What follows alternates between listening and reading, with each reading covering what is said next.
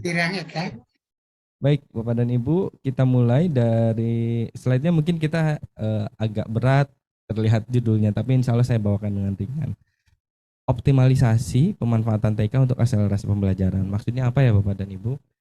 Kita ingin perangkat atau bantuan TIK seperti yang telah dimiliki oleh Bapak dan Ibu di Satuan Pendidikan itu bisa membantu proses transformasi pembelajaran. Artinya digitalisasi sekolah tidak hanya eh, pada sisi menghadirkan teknologi di sekolah, tetapi menghadirkan teknologi pendidikan yang mampu mengakselerasi proses transformasi pembelajaran. Nah, kita mulai dengan beberapa pertanyaan sedikit, boleh dilanjut, Pak? Oke, ya. Kita mulai permainan mana miskonsepsi gitu ya. Mana yang miskonsepsi. Nah, kalau berpendapat mungkin ini kalau tepat di Zoom kita boleh bereaksi dengan jempol ya. Nah, jempolnya kalau misalnya tepat jempol ke atas, kalau misalnya tidak tepat jempolnya ke bawah. Boleh dicontohin Mas di reaksi kalau tepat pakai tombol reaksi titik 3 itu Mas. So, Nah, berarti yang itu. bisa ikut ini yang di dalam Zoom ya. Ya, Budi kalau di Nanjak. YouTube mungkin sambil ditulis aja. Nah, oke, Oke. aku yang catatan yang ini tepat. Oke, saya setuju. Kalau nggak setuju saya berarti tulis Oh, tidak tepat gitu. oke. Oke, siap.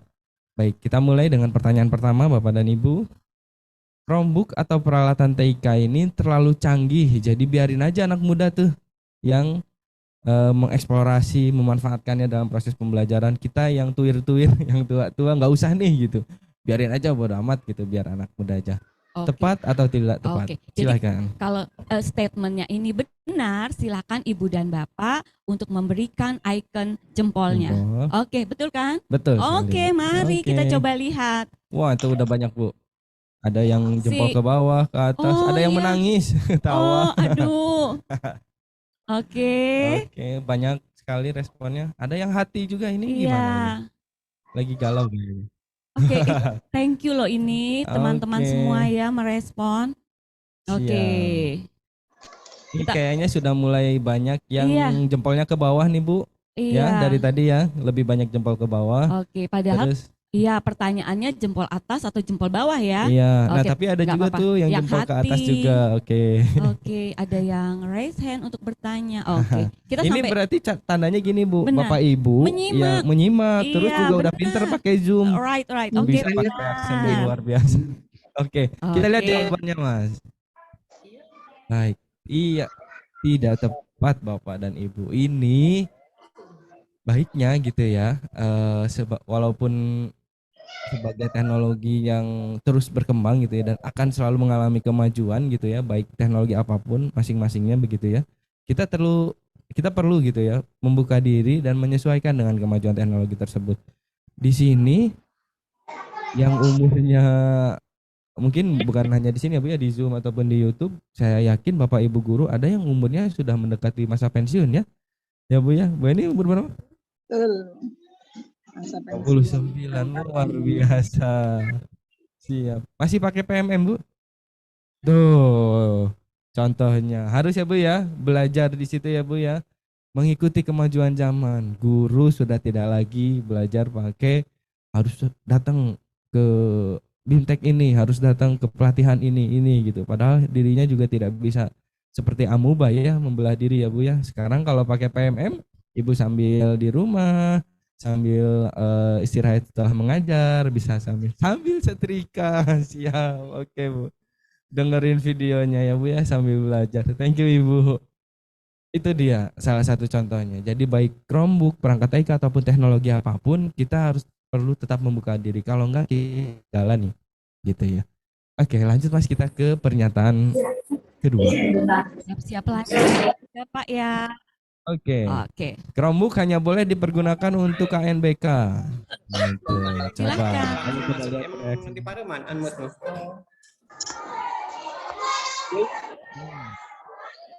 Ada yang ngasih cincin. Ini kayak lagi live TikTok ya. Aduh, luar Memang, biasa. Ini iya. tapi banyak yang langsung jempol bawah loh Bu. Oke, ini Iya. kayaknya langsung bisa dirisam nih. Kalau kayak begini berarti teman-teman udah mulai melek sebetulnya Bu.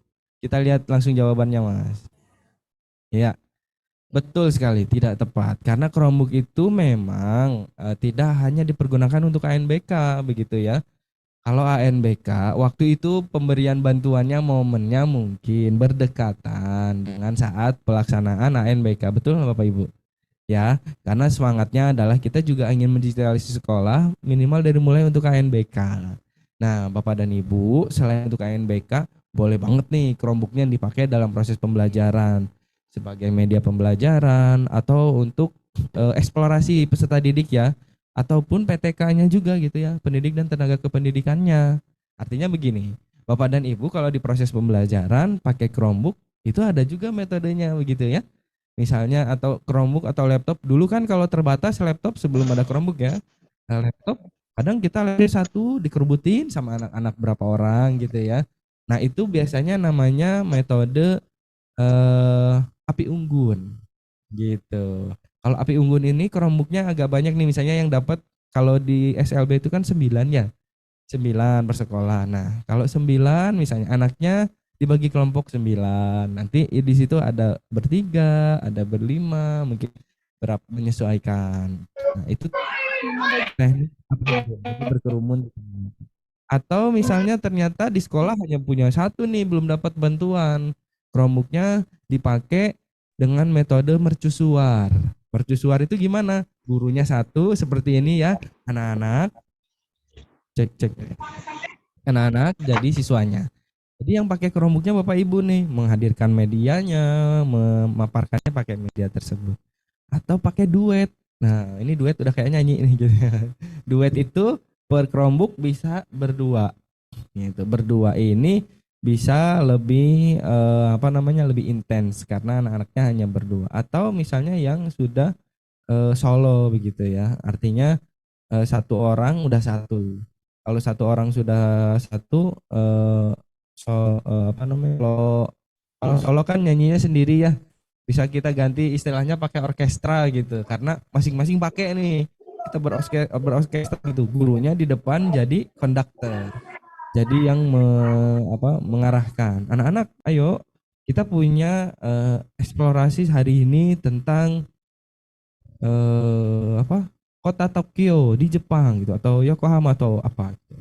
Anak-anak nanti explore pakai rambut masing-masing atau laptopnya masing-masing, memanfaatkan Google Workspace gitu ya metodenya. Itu cara-cara baru dalam proses apa belia ya. Lalu juga Siap. kalau peserta juga ingin bertanya boleh dong ya. Siap, mulai boleh, sekarang. Tapi mungkin setelah yang pernyataan-pernyataan ini ya. Oke, silakan pertanyaan siap. ketiga Bung Ginanjar. Pernyataan ketiga, Chromebook atau ini seru kayaknya kalau misalnya dikasih backsound nih Mas. Kahut gitu 1 jam tinggal di share di YouTube. Nggak, sorry bercanda. Just kidding.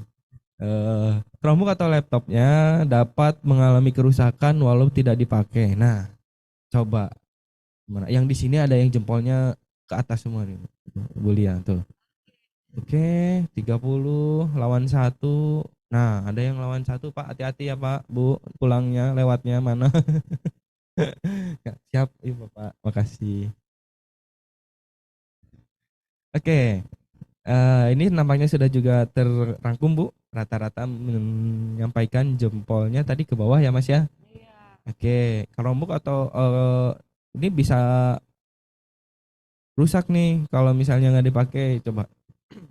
Oh, ke atas sorry tadi. Lanjut Mas. Iya betul Bapak dan Ibu. Jadi Chromebook ataupun laptop ataupun handphone atau kompor gas Bapak dan Ibu di rumah pun gitu ya. Kalau nggak dipakai pasti bisa mengalami kerusakan.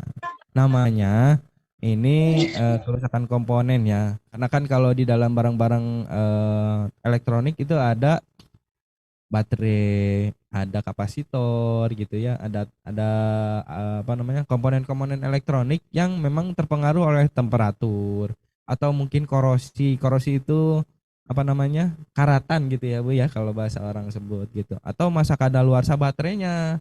Nah, ini ada cerita di salah satu sekolah nih Bapak dan Ibu ya, tapi bukan di Indonesia ini, di negeri sebelah, di negeri Konoha, di Desa Angin gitu ya. Jadi ada dikasih bantuan nih Bapak Ibu Chromebook sekian banyak gitu ya. Diterima tuh tahun 2020.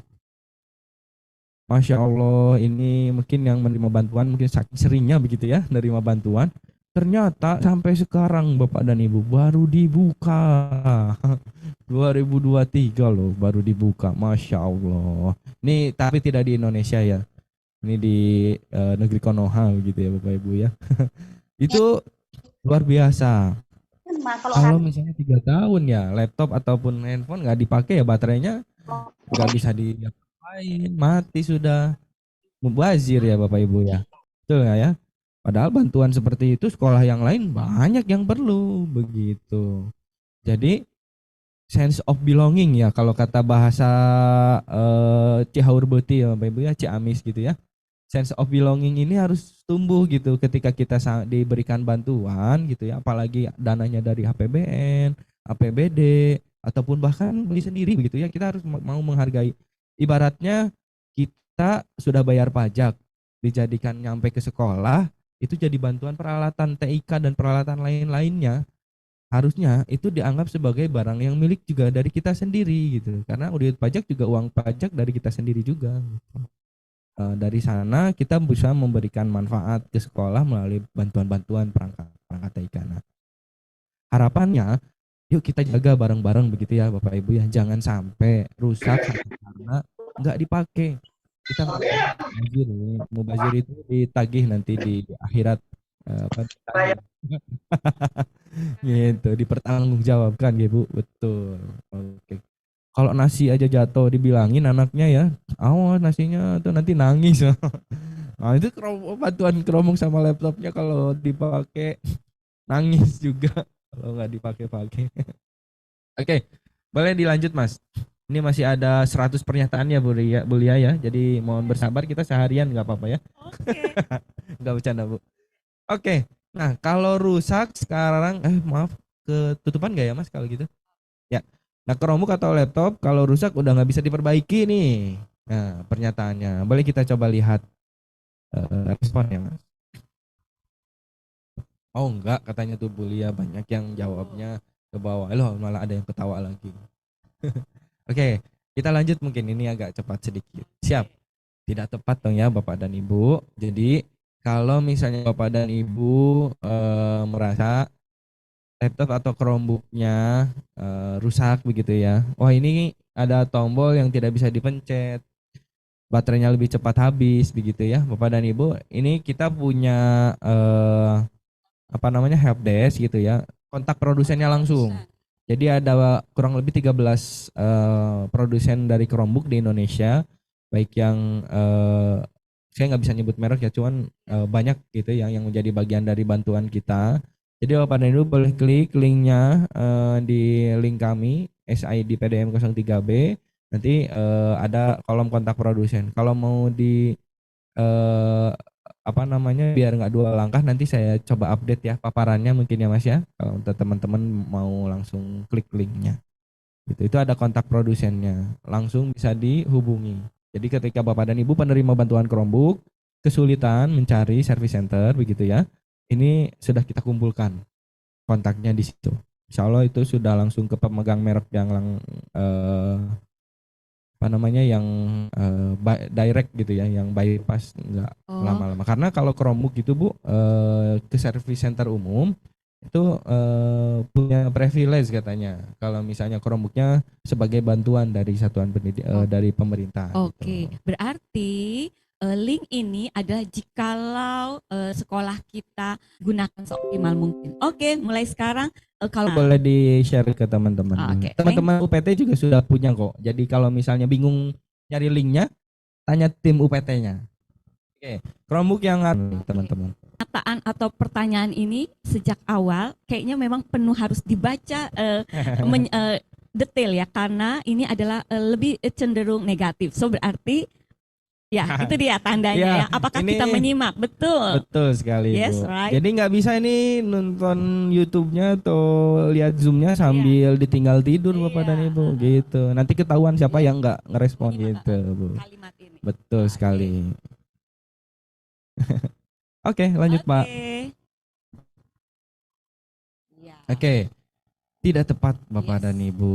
Jadi baik Chromebook, perangkat TIK lainnya atau sarana yang ada di sekolah yang baik diterima sebagai bantuan gitu ya, itu bisa digunakan dana bosnya untuk memperbaiki, Bu. Itu ada di juknis bosnya tentang pemeliharaan sarana. Jadi jangan takut kena hoax nih Bapak dan Ibu. Kena hoaxnya biasanya gitu, Bu. Ada informasi entah dari oknum mana begitu ya. Katanya kalau Chromebook itu rusak, itu harus diganti sama dana pribadi. Benar nggak, Bu? Itu pernah loh, Bu, menghambat satu, nggak boleh sampai rusak ya. Kalau rusak harus ganti kemana gitu ya, yang mau kayak begitu merasa dosa nggak ya kayak gitu.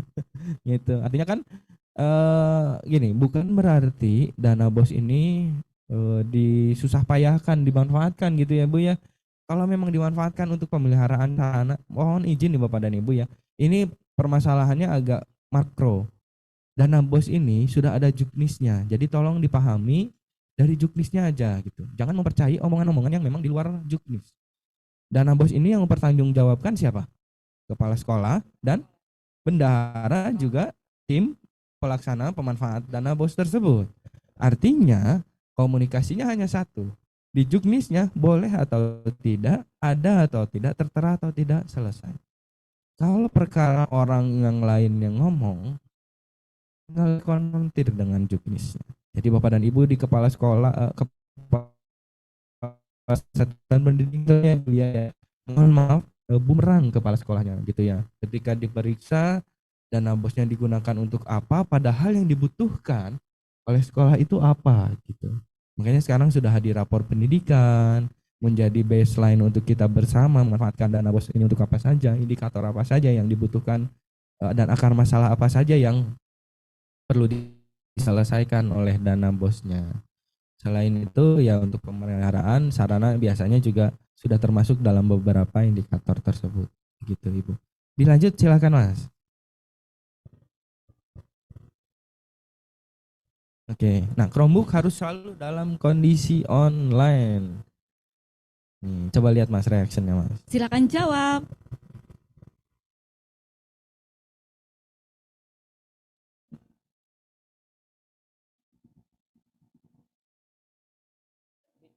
Agak berimbang nih Bu, itu ada yang angkat tangan, bingung, ada yang coba kita lihat ya. Boleh dilanjut Mas. Nah, tidak tepat Bapak dan Ibu. Jadi Chromebook ini tidak harus selalu dalam kondisi online. Nah, Bapak dan Ibu mungkin yang sudah pernah menggunakan Chromebook 1 atau 2 bulan mungkin masih bingung, mikirnya masih pakai harus online atau anak-anak harus online gitu ya ceritanya. Tapi kalau sudah mulai 3 bulan, 6 bulan, eksplorasinya lebih lama gitu ya Bu ya, itu biasanya sudah paham ada fitur offline namanya gitu ya. Fitur offline itu digunakannya seperti apa gitu. Jadi kita boleh lihat slide selanjutnya Mas. Nah ini mungkin agak kecil tapi mohon maaf nanti boleh dilihat gitu ya, teknisnya gitu ya Bapak dan Ibu. Jadi kalau misalnya sedang terkoneksi dulu ya, harus terkoneksi online dulu, baru diklik Google Drive, itu ada settingan di tombol kanan atas itu tersedia offline. Jadi pada bagian offline-nya itu perlu dicentang. Nah, nanti kalau misalnya sudah dicentang tuh dia loading dulu gitu ya. Jadi seperti membackup Bapak dan Ibu kayak mendownload gitu. Jadi menyediakan offline ini artinya Bapak dan Ibu kan punya penyimpanan di Chromebook kecil ya, hanya 32 GB, 64 GB, atau misalnya laptop-laptop Bapak juga yang hanya lumayan besar atau kecil nggak masalah kalau yang laptop. Ketika menggunakan akun belajar ID itu bisa menggunakan akses offline juga. Artinya setelah seperti itu, file tersebut sudah ada versi terakhirnya di dalam perangkat Bapak dan Ibu. Jadi di perangkat atau apa nih kalau sudah offline, ibu lihat nih misalnya pakai laptopnya pakai akun belajar ID begitu ya. Oke. Terus mau terbang nih ke Jayapura begitu, tapi surat harus ada selesai nih besok pagi gitu ya. Di perjalanan Bulia harus mengerjakan surat tersebut. Harus Bisa di belajar ID, bisa tersedia offline sambil di jalan ibu bisa menyelesaikan tugas betul. tersebut. Jadi sambil offline di pesawat tuh sambil bisa diketik, direvisi. Besok pas landing di Jayapura, Ada ada wifi, konekin lagi, filenya langsung terupload Yes, langsung. oke. Begitu. Nah, Itu fungsi mode offline gitu ya. Oke, dilanjut Mas. ini dia. Oke. Chromebook merekam semua aktivitas pengguna. Nah, ini seru nih Mas. Coba lihat reaksinya nih Mas. Coba silakan jawab. Tuh. Ini yang tadi angkat tangan 16 pada kemana sih ya? Oke, jadinya di remind ya. Kalau setuju jempol. Oke, kalau tidak setuju jempolnya di bawah. Itu. Kalau yang angkat tangan diturunin dulu aja ya Mas ya. Turunin aja dulu tuh yang angkat tangan karena masih bingung kayaknya. Pokoknya jempol atas atau jempol bawah. Kalau agree atau setuju dengan statementnya, jempolnya di atas. Kalau tidak dia siapa yang dapat membacanya jeli, saya percaya. Kita lihat jawabannya. Nanti aja nggak apa-apa yang lower hand-nya. Apa namanya? Bener nih Bu. Tadi di sini juga ada betul Pak. Gitu. Jadi Chromebook itu memang di setting gitu ya untuk merekam semua aktivitas yang digunakan. Fungsinya apa? Untuk membatasi penggunaan hanya dalam proses pendidikan saja Bu ya. Jadi di negara-negara lain, nggak usah negara lain deh. Di salah satu sekolah di Indonesia itu ada 3 Bu. Di Indonesia punya 3 sekolah rujukan Google namanya. Google Reference School. Didapat Google memang dari Google, ada yang dari Amerika langsung, ada yang dari Australia begitu ya. Nah, mereka itu sudah bisa mengelola jam penggunaan perangkatnya, jam online anak-anaknya untuk proses pendidikan itu dengan tertata. Contohnya di salah satu kabupaten di Kabupaten Sulawesi Selatan, itu di Kabupaten Maros ada sekolah namanya SPD. Jadi sekolahnya sekolah yang boarding school untuk perempuan. Nah, di sana anak-anak sudah menggunakan Chromebook. Di jam 6 pagi mereka mau buka Chromebooknya Bu. Enggak bisa Bu. Karena belum jam sekolah. Jadinya Google ini dapat men-tracking Chromebook ini aktivitas di sekolahnya. Jikalau sekolahnya aktivitasnya baik, optimal di dalam penggunaan Chromebooknya, mungkin menjadi kandidat Chromebook. Betul Google? Ya, bisa jadi Bu. Ya. Itu hanya salah satu branding Bu. Itu dia salah satunya. Itu kan terkait sama brandnya Google ya Bu ya. Dan jadi Bapak Ibu kalau memang nyaman dengan brand tersebut gitu ya, dengan Google-nya tadi, bisa dilanjutkan nih Bu. Kalau kita kan bantuannya hanya ngasih Chromebook dan kita menyediakan domain akun belajar ID ya. Belajar ID. Betul. Itu sangat tipis sekali. Artinya itu masih belum memenuhi kalau menjadi Google Reference School gitu. Tapi praktik baiknya dari Google Reference School tadi adalah bisa membatasi proses itu Bu. Bisa jadi gini, akun belajar ID dan Chromebook itu mungkin salah satu bonding yang cukup kuat gitu ya. Karena ketika Bapak Ibu pakai belajar ID di laptop biasa, no problem, sama aja gitu. Tapi ketika pakai Chromebook, aktivitasnya itu bisa betul-betul dilihat sama sama adminnya, kitnya Pusdatin ya Bu ya, punya BLPT itu yang men-trace. Jadi artinya konten-konten yang di luar pendidikan dan di luar yang kita ingin akses oleh peserta didik itu bisa di hold. Nah di Speedy contohnya tadi jam 6 pagi nggak bisa karena jam 8 baru bisa di on kan. Bapak Ibu mau colok charger atau apa seperti ini. Nanti jam 6 sore close. Nggak bisa dinyalain juga, langsung mati. Gitu. Itu langsung disimpan. Artinya memang kelebihannya ketika boarding school semua aktivitas anak-anak kan diatur ya. Jadi anak-anak bisa kalau di sana karena berbasis agama Islam boarding schoolnya, jadi dari sore sampai malam nanti kegiatan-kegiatan pengajian, kegiatan lain-lain, sholat tahajud begitu. Nanti fokus setelah jam 8 baru mulai lagi dengan pembelajaran. Oh, Memang sebagai Google Reference School. Kalau kita sekarang bantuan hanya dengan Chromebook dan belajar ID yang sedikit, setidaknya berarti kita sudah men-trigger Bapak dan Ibu, teknologi digital saat ini sudah luar biasa, beyond expectation ya. Di negara lain itu sudah luar biasa, maka kita kayaknya nggak boleh ketinggalan. Harus mengejar. Iya, betul. Gitu sekali ya. Oke, lanjut Bapak Ibu, Bapak Ibu Mas. Oh, pertanyaannya selesai. hanya 7. Oke. Iya, oke. Oke, sekarang kita mulai dengan filosofi TK-nya untuk pembelajaran. Yes. Oke, nah Bapak dan Ibu, ini tapi masih ada jempol dan jempol atas, jempol bawah nih Bapak Ibu. Kalau misalnya contoh seperti ini sudah contoh berliterasi digital belum ya? Coba kita lihat reaksinya. Kalau ke atas setuju, kalau ke bawah tidak setuju. Tidak setuju akan statementnya ya? Siap. Oke, ada sedih. Oke, pada setuju Bu. Berarti setuju dengan literasi digital, tapi ada juga yang tidak setuju. Siap. Karena konteksnya nih remaja kecanduan TikTok Bu, rentan stres dan depresi. Nah, anak-anak yang mental health gitu ya Bu ya sekarang itu jangan-jangan kecanduan medsos, bukan karena tidak diperhatikan oleh orang tuanya, tidak difasilitasi oleh orang tuanya, gitu ya kemauannya. Tapi bisa jadi karena kecanduan media sosial. Oke, kayaknya responnya sudah cukup ya Mas ya. Tadi sudah banyak yang setuju dan tidak. Oke, kalau dari berliterasi digital nih Bu, konteksnya artinya Bapak Ibu ini sudah berliterasi digital, setuju ya?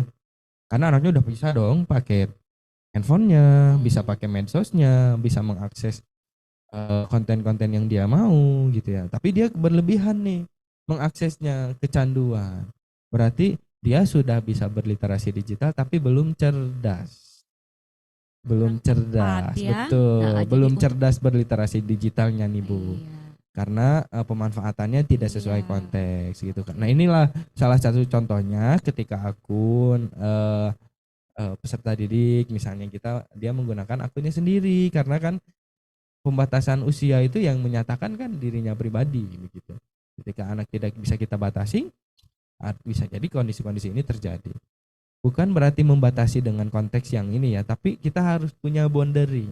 Kita menyatakan batasan kepada anak-anak dan anak-anak juga komitmen dengan batasan tersebut. Itulah yang kita harapkan terjadi. Boleh dilanjut Mas? Oke, ini ceritanya sama. Ini berliterasi digital nggak ya? Tapi contohnya mungkin berbeda. Boleh Bapak Ibu silakan direspon dulu. Berarti teman-teman baca dulu redaksinya ya. Oke. Oh, ada peluitnya tuh. Read. Nah, itu berarti bagus dong ya? Iya, aduh teman-teman udah bisa memberikan sinyal. Peserta didik dari kampung, Bu. Ini kebetulan saya udah hampir ini jalan 9 tahun ya izin di Kemendikbud. Literasi digital yang luar biasa gitu Bu. Ternyata saya balik ke kampung halaman saya sendiri Bu. Dia di SMA 10 Kota Tasikmalaya. Oh Tasik, oke. Ya. Iya. Kalau misalnya teman-teman atau Bapak Ibu paham dulu zaman Pak Soeharto itu ada pesantren yang sering dikunjungi beliau setiap tahun namanya pesantren Cipasung. Itu di kampung sekali. Pak Soeharto kalau ke Tasik ke Cipasung harus pakai helikopter Bu. Oh gitu. Kalau kita ke sana berarti harus pakai mobil jauh. Beliau ini namanya Lelix kelas 10 di SMA 10 tadi ya, tapi sudah lulus sekarang. Kalau Bapak dan Ibu mau langsung cek tokonya dia sendiri gitu ya. Jadi semenjak Covid dia 2020 sampai 2021 sampai sekarang masih buka usahanya Bu, omsetnya sudah bisa sampai 500 juta loh. Gitu. Itu contoh cerdas berliterasi digital ya Bapak Ibu ya. Jadinya anak ini, siswa ini pada saat sekolah di sekolah SMA sudah mengoptimalkan kecerdasan literasi digital melalui medsosnya. Betul. Untuk aduh sorry saya jadi ngomong merek ya Bu. Bapak Ibu ya. Yang jadi nilai adalah cerdas berliterasi digitalnya anak ini mungkin didapatkan dalam eksplorasi pribadi Bu. Ya, otodidak bisa jadi. Oke. Tapi ada nilai dan boundary yang saya bahas tadi di sekolah. Nilai itulah yang mahal yang perlu kita sampaikan ke anak-anak. Dan yang mampu menciptakan boundary dan nilai tersebut adalah orang tua dan sekolah. Itulah kolaborasi yang perlu disiapkan. Artinya Mbak Lelis punya kesempatan belajar di sekolah yang menyiapkan nilai-nilai karakter, nilai-nilai apa namanya literasi digital yang dibutuhkan olehnya. Padahal di kampung, tapi dia bisa produktif dan kreatif di era mungkin literasi digital yang lain ke depan. Terima kasih. Lanjut Mas. Nah ini kenapa kita perlu Bu ya nggak pakai WA? Ada sih mungkin ya, gitu. Tapi kayaknya nggak mungkin 1 dari 1.000 orang mungkin yang nggak pakai WA, ya sudah diserba digital. Kalau tadi mau telepon anak cucu gitu ya Bu, kangen tinggal video WA. Nanti anak cucunya ngirim voice note, anak cucunya aja udah pintar voice note. Kita sudah hidup di zaman yang serba digital gitu ya, bukan lagi yang era industri 5.0 loh Bapak dan Ibu. Kita hanya masih mengejar industri 4.0, sorry. 4.0 ini berarti perubahan dari industri yang teknikal ke teknik digital, artinya berubah ke robotik, berubah ke dari manual ke otomatis begitu. Itu perubahan dari industri 4.0 yang terjadi. Tapi sekarang kita sudah ke society 5.0 Bapak dan Ibu. Kita hidup bersosialisasi menggunakan digital. Kita hidup kalau lapar, ger, nggak mau keluar, tinggal pesan ojek online, go food yang itulah gitu gitu. Nah, kemudian kalau misalnya Bapak dan Ibu sakit, bisa pakai aplikasi dokter online ya. Tinggal pesan mau baca gitu. Lebih mudah, lebih efisien. Itulah kehidupan society 5.0 Bapak dan Ibu. Kalau ketinggalan di situ ya kita nggak bakalan bisa apa-apa lagi. Kita nggak boleh hanya jadi penonton. Oke. Kemudian kita juga mayoritas, sorry Mas, masih di poin ketiga. Mayoritas penduduknya sudah generasi milenial dan generasi Z. Hidupnya sudah berdampingan dengan teknologi informasi. Kalau zamannya mungkin ibu atau nenek kakek saya, dulu kalau mau melantunkan ayat suci atau menyanyikan lagu-lagu apa namanya daerah gitu ya, buat pas lagi hamil contohnya gitu ya Bu ya. Ibunya kan suka melantunkan ayat suci atau dinyanyiin lagu apa gitu. Kalau bahasa Sunda biasanya ada pupuk namanya Bu. Itu dibaca, dia nyanyiin gitu, dielus-elus perutnya. Nah kalau sekarang kita anak cucu kita misalnya udah hamil gitu ya, anaknya gitu ya. Mungkin ada cucunya malah yang sudah hamil gitu. Itu kalau mau nyari ayat suci Al-Quran tinggal pencet YouTube. Udah tinggal buka YouTube, di searching Murotal surat Al-Baqarah. Udah tinggal dipencet Bu. Belum lahir aja anaknya udah deket sama teknologi gitu. Itulah sejauh itu contohnya. Dan banyak sekali keuntungan lain yang bisa kita gapai dengan cerdas berliterasi digital ya Bapak Ibu. Oke, sekarang kita ketahui apa itu literasi digital selanjutnya. Ya, ini Ya, udah ini yang 9.30. penting nih Bu. Oke. Kuncinya dari tadi pertanyaannya, Yes. pernyataan kemana kita pergi adalah bagaimana kita harus paham apa itu literasi digital. Terlebih untuk yang kita di sekolah ya. Iya, Oh iya, betul itu sekali. dia. Nih, ada 2 Bapak dan Ibu, kalau dibelah itu hanya teknologi literasi, foto. Bapak Ibu bisa buka WA, ngetik, kirim file, kirim fotonya pakai WA gitu. Atau Bapak dan Ibu bisa posting story-nya di Facebook, di Instagram, bisa posting TikTok gitu ya. Atau Bapak dan Ibu bahkan sekarang banyak yang jadi konten kreator. Itu kemampuan teknis. Tapi yang paling penting adalah information literacy-nya Bu ya. Karena pengolahan dari informasi yang ada, pengetahuan untuk bisa mengidentifikasikan, mengolah dan menggunakannya secara optimal gitu ya. Informasi-informasi digital ini itu ada di information literacy. Kita bisa menangkal hoax, kita bisa membagikan informasi yang berguna dan bermanfaat untuk orang lain gitu ya. Tidak mudah terpancing mengkomentari postingan-postingan yang tidak perlu kita komentari, itu juga salah satu information literacy gitu ya.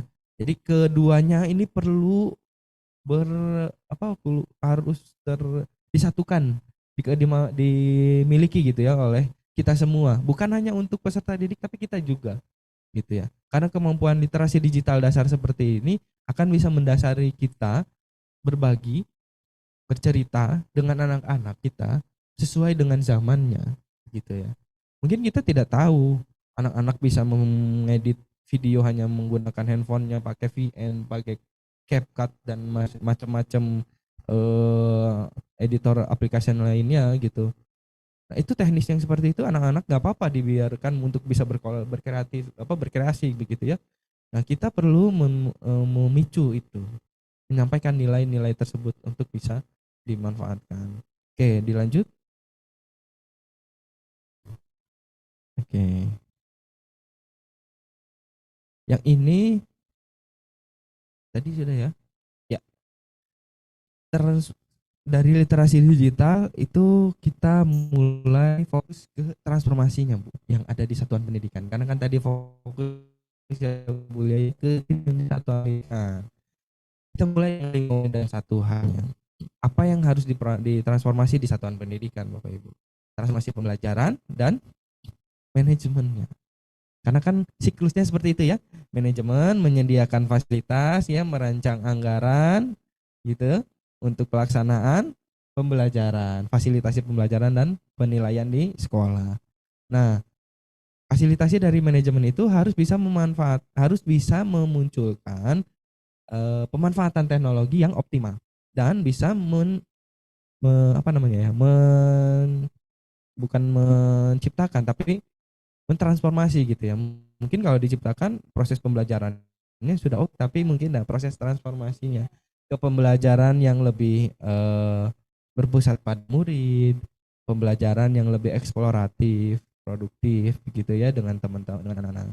Dan kenapa ini perlu ditransformasi? Karena kita perlu mewujudkan pemanfaatan teknologi yang tepat guna supaya transformasi pembelajarannya itu jadi gitu ya, tercipta tadi gitu ya transformasi pembelajarannya.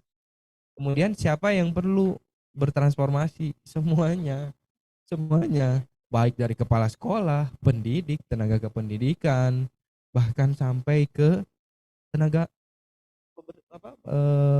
pembersih gitu ya Bu ya, ada carakat atau apa gitu ya di sekolah. Itu juga itu adalah pengetahuan dan literasi digital dasar untuk proses PDB, artificial intelligence gitu ya. Bapak dan Ibu juga sudah mengenal ChatGPT dan lain-lain. Ini sudah masa depan lagi nih. Gitu. Semua sudah menuju ke masa yang lebih dan di Pemdanya sendiri. Tidak memfasilitasi proses tersebut begitu. Olah ya dikembangkan oleh pemerintah daerah, kewenangan dari pemerintah daerah, otoritas daerah. Sebenarnya yang sudah kita ketahui bersama yang terjadi di Pak Yuli tadi ya di Kalsel, Pemda sudah sangat mendukung, BPMP bisa memfasilitasi, sekolah bisa nyaman melakukan proses transformasinya. Nah, untuk sementara ini yang sudah kami lakukan di PDM 03, Belia dan Pak Aswin juga teman-teman di Kemdikbud, kita sudah mencoba memberikan teknologinya ramah begitu ya, untuk penganggaran ID yang bisa Bapak dan Ibu gunakan untuk mengakses platform tadi. Kemudian juga pengembangan sistemnya mempermudah Bapak dan Ibu ya. Kalau di Arkas, setahu saya sekarang Bapak dan Ibu ketika misalnya membelanjakan sesuatu, pajak dan segala macam sudah jadi, laporannya langsung muncul, ya, langsung terintegrasi dan sudah dikolaborasikan dengan SIPD. Oke, lanjut ke slide selanjutnya. Kemudian Bapak Ibu, di Provinsi Gorontalo itu di seluruh Indonesia adalah kita ada 3.096 sekolah. Ini merupakan pekerjaan yang harus kami terus. Kemudian ada 22.407 guru, kemudian ada 254 pengawas. Nah, di kita ada 6 pendidikan, 6 struktural, kemudian ada 9 WP, ada dan nah, Bapak Ibu, pada kesempatan yang baik ini kami Dinas Pendidikan tentang kondisi bagaimana aktivasi dan pemanfaatan pembelajaran ini di Provinsi Gorontalo. Kami telah melakukan empathize kepada dinas, kami telah melakukan empathize kepada pejabat-pejabat bidangnya, kemudian juga kepada kepala sekolahnya, kepada kepada pengawasnya, kepada gurunya, dan kepada anak didiknya, kita melakukan empathize, kita melakukan empati apa yang dirasakan oleh teman-teman di daerah. Nah, hasil empathize yang telah kami lakukan ada 5 item besaran yang kami lihat. Ternyata di daerah itu mereka belum ada edaran tentang aktivasi akun belajar ID dan pemanfaatannya. Jadi seperti apa akun itu, kemudian bagaimana pemanfaatannya, itu sebagian besar belum ada regulasi yang diberikan oleh pemerintah daerah dalam rangka untuk melakukan itu. Baik itu di dinas kabupaten kota, baik itu juga di dinas. Kemudian empathize yang kedua yang kami dapatkan bahwa pemahaman dinas dan juga pemahaman sekolah, baik itu jenjang PAUD, SD, SMP, SMA sampai SMK, tentang kemanfaatan akun belajar ini itu kita kuatkan, perlu kita dorong karena ada beberapa satuan pendidikan malahan nggak tahu itu apa akun belajar ini, apalagi untuk manfaat. Juga banyak dinas yang belum melakukan satuan pendidikan belum melakukan aktivasi, apalagi keberpihakan. Makanya kondisi yang kedua yang kami lihat adalah kemudian di dinas kabupaten kota dan di satuan pendidikan itu belum adanya aktor yang menggerakkan, aktor yang memang dijadikan dijadikan agen-agen perubahan, agen-agen penggerak dalam rangka melakukan aktivasi akun belajar ID dan kemanfaatan. Itu yang ketiga. Kemudian kita sudah ada aset di sana, aset ketiga, tapi keterbatasan. Kita akan ada kapten ko-kapten dalam rangka untuk penyimpasan di sekolah-sekolah itu masih ada keterbatasan gerakan regulasi itu. Kemudian belum ada alat untuk memantau progres aktivasi akun belajar ini secara mandiri. Nah, oleh sebab itulah Bapak Ibu, dengan empathize yang kami lakukan, dengan mengatasi permasalahan-permasalahan yang terjadi di daerah setelah kami melakukan empathize. Tahapan yang kami lakukan, kami ada spesialisasi dan kemudian kami juga ada coaching klinik, kemudian kita ada apresiasi ini merasakan bahwa itu tidak bisa dilakukan sendiri. Pasti yang bisa di kabupaten kota, kemudian pemanfaatan dari akun-akun belajar ID ini, kita mengundang Pemda, kita duduk bersama, kita berembuk semua apa yang harus kita lakukan untuk mencapai itu. Oleh sebab itulah kami melakukan beberapa aktivitas. Aktivitasnya yaitu kami melakukan workshop penyusunan strategi. Apa yang harus kita lakukan bersama? Apa yang harus kita perbuat? Baik itu dilakukan BPMP, baik itu juga apa yang harus dilakukan pemerintah kabupaten. Nah, pada saat itulah kesepakatan menyentuh kesasaran kesatuan pendidikan yang ada di Provinsi Gorontalo. Kita ada namanya nanti perwakilan kecamatan pendidikan. Nah, kemudian kita membentuk tim Bapak Ibu, karena untuk mengatasi ternyata harus ada regulasi, kemudian harus ada tim yang menggerakkan, maka kita membentuk tim. Jadi tim itu ada tim dari Dinas Pendidikan provinsi, kabupaten kota, dan juga kita ada membentuk tim dari koordinator provinsi dan kabupaten kota, dan juga kita akan membentuk tim kecamatan.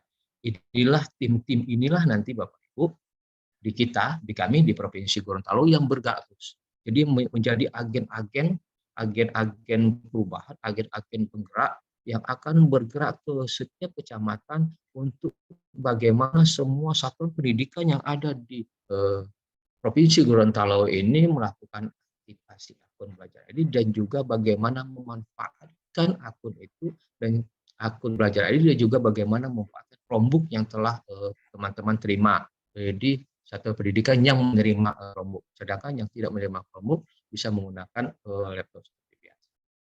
Nah, setelah tim ini terbentuk Bapak Ibu, kita turun ke lapangan. Karena kalau tim ini tidak terbentuk, turun ke lapangan, tidak turun, sepertinya akan mubazir. Oleh sebab itulah Bapak Ibu, kita lakukan coaching klinik di provinsi kabupaten kota. Dan semua penganggaran ini memang penganggaran dari kita, dari BPMP Provinsi Gorontalo. Semua tim kita SK-kan, kita beri honor, dan kita lakukan penguatan terlebih dahulu pada saat kita workshop. Nah, pada saat coaching itu kita turun ke titik yang ada di provinsi. Provinsi Gorontalo. Ada sekitar 390 itu dari Dinas Pendidikan karena yang kita kuas. Kemudian ada kepala sekolahnya, tetap ada damping yang tergabung dalam bentuk tim dinas, kan namanya dari tim dinas itu dari Dinas Pendidikan, sedangkan tim dari laporan itu dilakukan oleh teman-teman tim dari laporan itu dilakukan oleh teman-teman dari Bapak Ibu, setiap aktivitas yang telah dilakukan pemantauan progres Bapak Ibu. Nah, progres yang ada di pusat dalam rangka untuk aktivasi pembelajaran ini kan sudah, tapi itu seluruh ini ya, seluruh Indonesia dan juga kita harus memfilter itu agak kesusahan.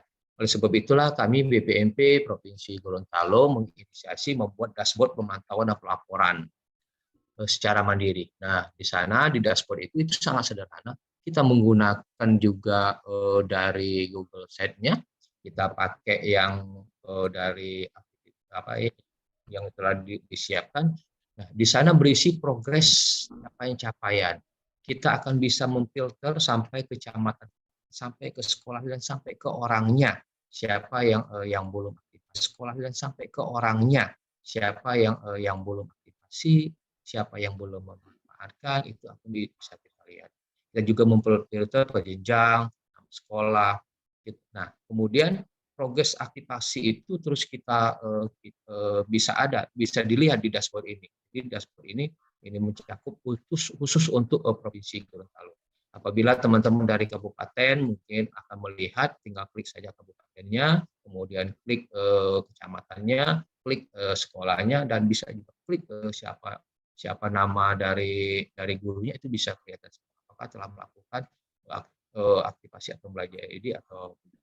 Nah, yang ini kita lakukan Bapak Ibu, yang inilah yang kami lakukan di Provinsi Gorontalo dalam rangka untuk melakukan aktivasi. Sehingga Bapak Ibu kalau misalnya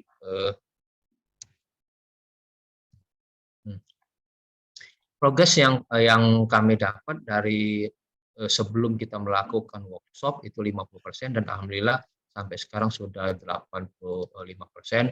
Nah, sekarang kami BPMP Provinsi Gorontalo dengan Dinas Pendidikan, selain kita melihat aktivasi ini, tapi sekarang kita sudah bergerak bagaimana melihat kebermanfaatan dari akun belajar ID. Kita juga akan melihat kebermanfaatan dari Chromebook yang diterima.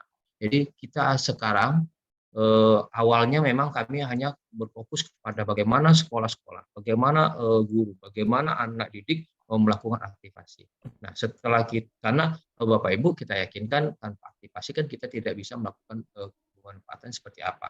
Nah, sekarang kita sudah bergerak, sudah dari aktivasi kita sudah melihat kebermanfaatan yang dilakukan. Nah, dalam rangka kebermanfaatan akun belajar ini Bapak Ibu, kami menginisiasi melakukan kegiatan-kegiatan untuk sebagai pemantik saja. Sebagai pemantik kepada pengawas, kepada kepala sekolah, kepada guru, bagaimana mereka melakukan aktivitas-aktivitas yang di sekolah. Nah, pemantik ini kami buat dalam festival belajar IT. Kita buat lomba.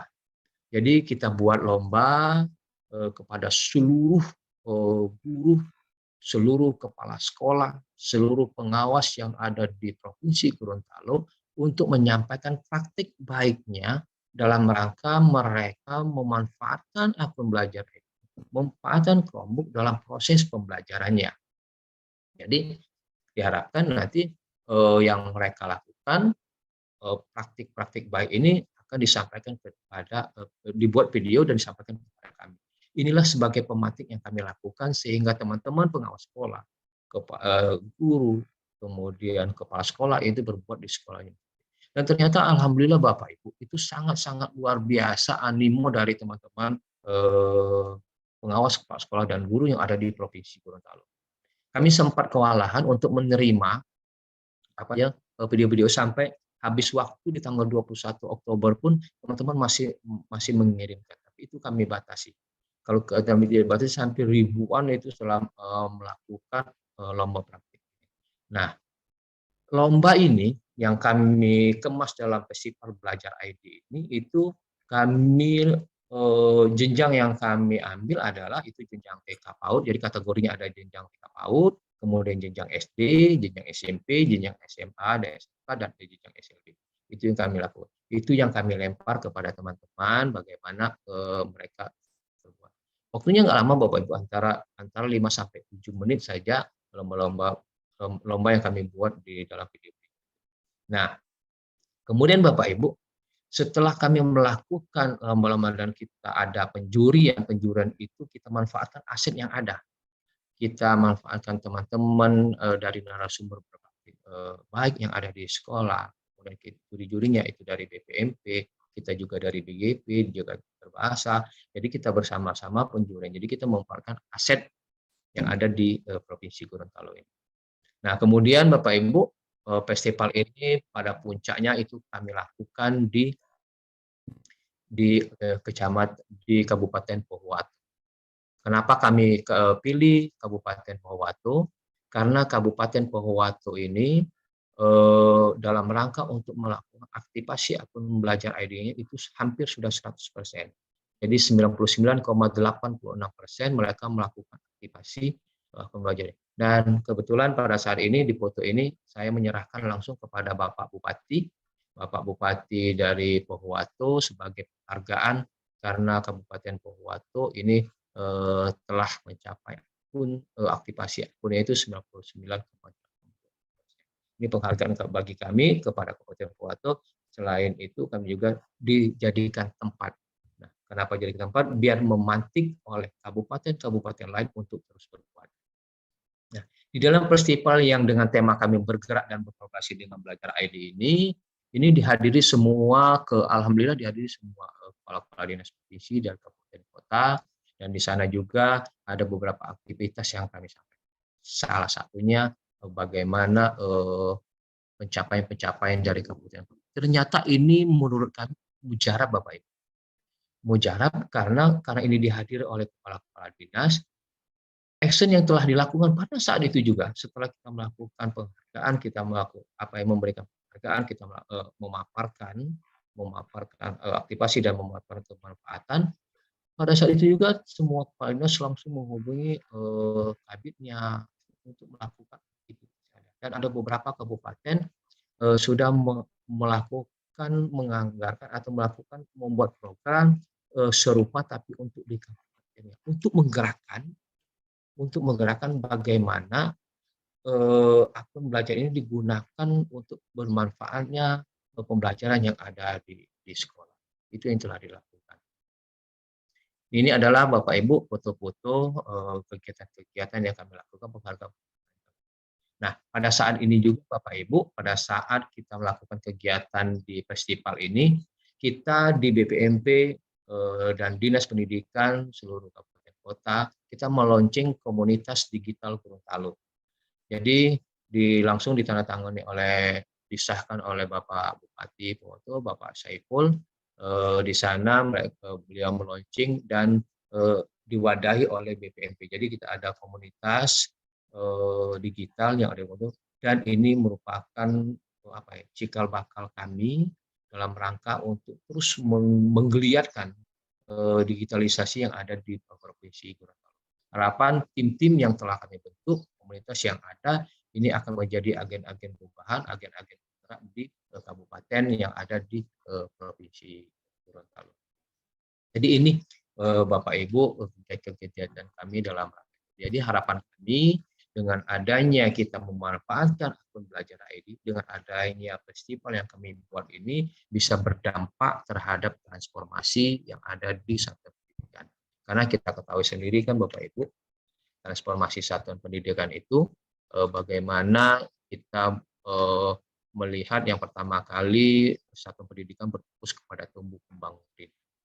Yang kedua juga kita bagaimana menjadikan sekolah-sekolah itu tempat yang menyenangkan.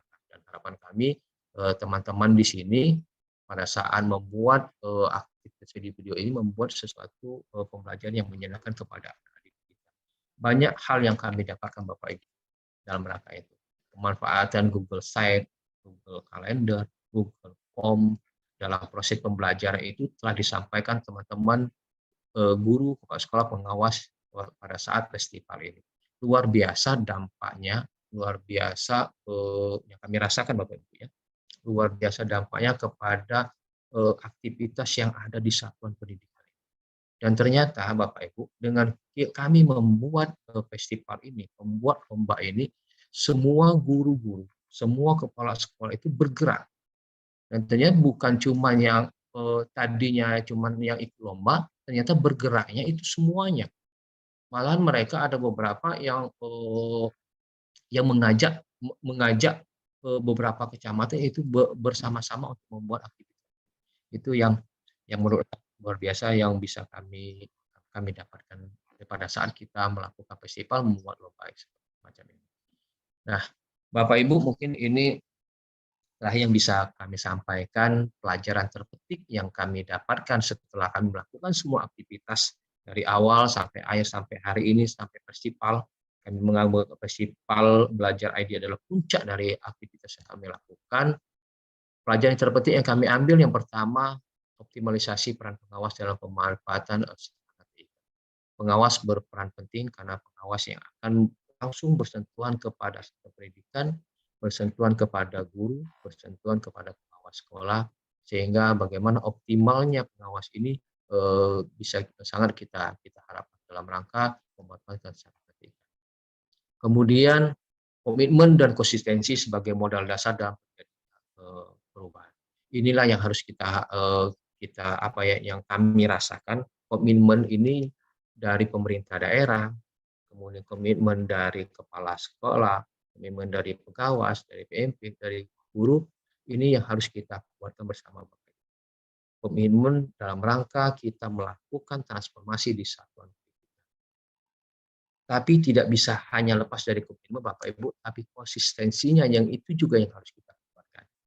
Kita kan kadang fluktuatif Bapak Ibu, kadang iman kita juga kadang naik, kadang turun. Begitu juga apa yang kita lakukan ke dalam satuan pendidikan ini, konsistensinya yang harus kita buat. Bagaimana teman-teman kepala sekolah, teman-teman guru terus berjuang, kalau bisa grafiknya itu terus naik landai, jangan grafik normal ya. Kalau bisa grafiknya naik terus sehingga bisa cepat terjadi perubahan, cepat terjadi transformasi di satuan pendidikan yang ada di kita di se-Indonesia. Nah, kemudian Bapak Ibu yang ketiga, pelajaran bisa yang kami ambil adalah asset-based thinking untuk transformasi pembelajaran di satuan pendidikan. Saya yakinkan Bapak Ibu di semua provinsi itu mempunyai aset-aset yang ada. Di setiap provinsi kami lihat ada namanya guru penggerak, adanya narasumber berpedagogi praktik baik, ada namanya PSP. Ini bisa dimanfaatkan oleh pemerintah daerah dalam rangka melakukan transformasi pembelajaran. Jadikanlah guru penggerak, jadikanlah PSP. Dalam PSP itu ada namanya komite pembelajaran, ada kepala sekolahnya, ada gurunya, ada pengawas. Itu bisa kita gerakkan dalam rangka transformasi pembelajaran.